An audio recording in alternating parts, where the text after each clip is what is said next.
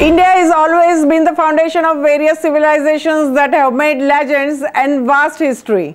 Hospitalizing this civilization in this sterling country was not always easy, but the geographical factors have made this possible. Indian rivers have always been the lifeline of the country from the ancient times.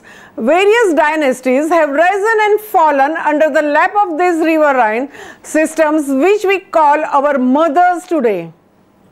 But have you ever thought, where do these immensely flowing rivers emerge from? To know the answers, let us dive into this to learn the secrets. So welcome to It's Tomorrow News, and this is Hena Talati, your host for the day. If we talk about geography, based on their source, Indian rivers are classified as Himalayan rivers and peninsular rivers. The major Himalayan rivers are the Indus River, Ganga River, Yamuna and Brahmaputra. The major peninsular rivers are Mahanadi, Godavari, Krishna and Kaveri. Ganga is the most sacred river and is worshipped as goddess Ganga. Ganga 2,525 kilometers river rises in the western Himalayas in the Indian state of Uttarakhand and flows south and east through Gangetic plain of North India into the Bangladesh, where it empties into the Bay of Bengal. It is the third largest river on the earth by discharge. The main stem of the Ganges begins at the town of Devaprayag, at the confluence of the Alaknanda, which is the source stream of hydrology because of its great length, and the Bhagirathi. The Ganges is the lifeline of millions of the people who live in its basin and depend on it for their daily needs. The river is home to approximately 140 species of fish, 90 species of amphibians, and also reptiles and mammals, including critically endangered species such as gharial and South Asian river dolphin. We all are very familiar with the word Indus Valley Civilization, which made us learn our history in the depth. Well, the name was derived from the river Indus, where on its bank this mighty human civilization was settled. The 3,180 kilometers river rises in western Tibet, flows northwest through the Ladakh and Gilgit-Baltistan regions of Kashmir, bends sharply to the left after the Nanga Parbat Massif, and flows south by southwest through Pakistan before it empties into the Arabian Sea near the port city of Karachi. It is one of the 50th largest rivers in the world in terms of average annual flow.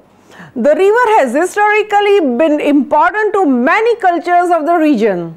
The Indus system is largely fed by the snows and glaciers of the Himalayas and Karakoram and Hindu Kush ranges of the Tibet, Ladakh and disputed regions of Jammu and Kashmir of the India and the disputed Gilgit-Baltistan regions of Pakistan. There is also evidence of a steady shift in the course of the river since prehistoric times. It deviated westwards from the flowing into the Run of Kutch and adjoining Bunny grasslands after the 1816 earthquake. The Yamuna is the second largest tributary river of the Ganga and longest tributary in India. Originating from the Yamunotri glacier at the height of 6,387 meters on the southwestern slopes of Bandarpunch peaks of the lower Himalayas in Uttarakhand. It travels a total length of 1,376 kilometers and has a drainage system of 366,223 square kilometers, 40.2% of the entire Ganga basin. From Uttarakhand, the river flows into the state of Himachal Pradesh. Nearly 57 million people depends on the Yamuna's waters, and the river accounts for more than 70% of the Delhi's water supply. It has an annual flow of 97 billion cubic meters. The name Yamuna seems to be derived from the Sanskrit word Yama, means twin, and it may have been applied to the river because it runs parallel to the Ganges.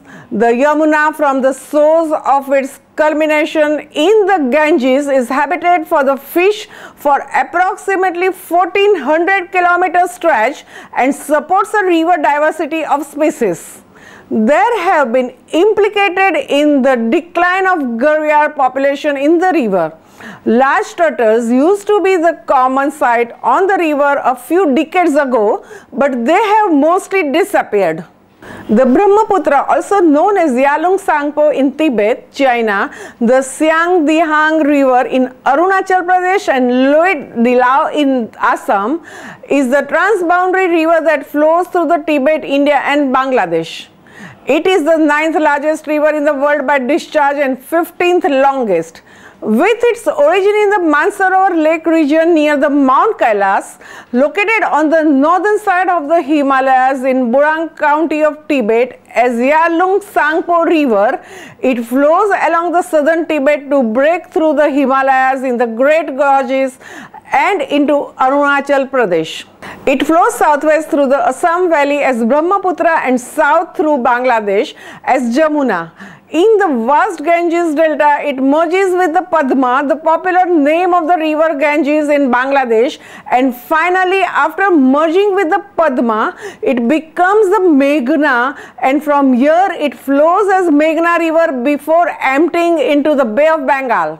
About 3,848 kilometers long, the Brahmaputra is important river for irrigation and transportation in the region. The average depth of the river is 30 meters and its maximum depth is 135 meters. The river is prone to catastrophic flooding in the spring when the Himalayan snow melts. The lives of many millions of the Indian and Bangladeshi citizens are reliant on the Brahmaputra river. Its delta is home to 130 million of the people and 6 lakh people live on the riverine islands. These people rely on annual normal flood to bring moisture and fresh sediments to the floodplain soils, hence providing the necessities for agricultural and marine farming. Furthermore, the fish caught both on the floodplain during the flood season and from the many floodplain ponds are the main source of protein for many rural populations. I hope this must have been interesting learning all about our mightiest rivers that emerge in the Himalayas and flows all the way to the oceans. That's all for now, and you are watching It's Tomorrow News. We have more interesting documentaries coming up. Stay tuned with us, like and share and subscribe our channel.